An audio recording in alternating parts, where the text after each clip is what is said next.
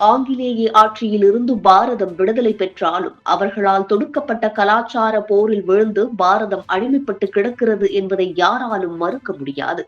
உடை, மொழி, உணவு, சிந்தனை என அனைத்திலும் மேற்கத்திய கலாச்சாரம் ஆதிக்கத்தை செலுத்தி வருகிறது.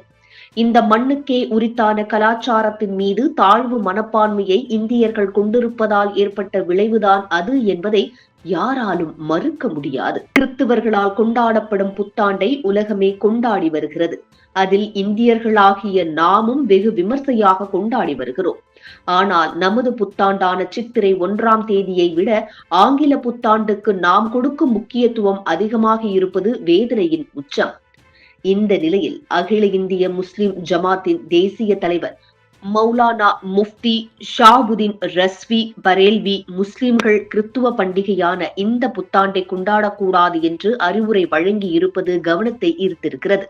அவர் வெளியிட்டிருக்கும் அறிக்கையில் புத்தாண்டை கொண்டாடுவது பெருமைக்குரிய விஷயமல்ல, புத்தாண்டை கொண்டாடக்கூடாது என்று ஃபத்வாவில் அறிவுறுத்தப்பட்டிருக்கிறது. ஏனென்றால் புத்தாண்டு என்பது கிறித்துவ புத்தாண்டின் தொடக்கத்தை குறிக்கிறது.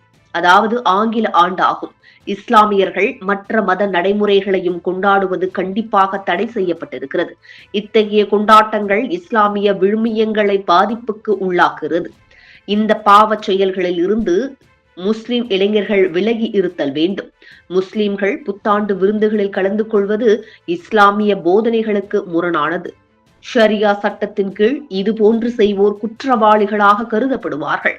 இது முஸ்லிம்கள் பெருமைப்பட அல்லது கொண்டாடுவதற்கான நாள் இல்லை. புத்தாண்டு கொண்டாட்டங்கள் கிறித்துவ மரபுகளில் ஆழமானதாக இருக்கிறது. அப்போது நடனம், பாடல் என கொண்டாட்டங்கள் இருக்கும். அவை அனைத்தும் இஸ்லாமிய மதத்தில் தடை செய்யப்பட்டுள்ளன. அவை ஷரியாவுக்கு எதிரானது என்பதால் முஸ்லிம்கள் இது போன்ற செயல்களில் ஈடுபடக்கூடாது என்ற அந்த அறிக்கையில் கூறப்பட்டிருக்கிறது. இந்தியாவில் இஸ்லாமியர்கள் வெகு காலமாகவே மாற்று மத பண்டிகைகளை இந்துக்கள் போல் ஆர்வத்துடன் கொண்டாடுவதில்லை. அதில் எந்த தவறும் இல்லை. அது அவர்களது உரிமை. அது அவர்களது மதத்தின் மீது வைத்திருக்கும் பற்றாகும். ஆனால் புரிதல் இல்லாத பெருந்தன்மை, மதச்சார்பின்மை என்ற ரீதியில் இந்துக்கள் வேறு மத பண்டிகைகளை ஆர்வத்தோடு கொண்டாடுவது வேதனைக்குரிய செயலாகும். முக்கியமாக இந்துக்கள் மரபுபடி ஒருவரது பிறந்த நாள் என்பது பிறந்த நட்சத்திரத்தின்படிதான் கொண்டாடப்பட வேண்டும்.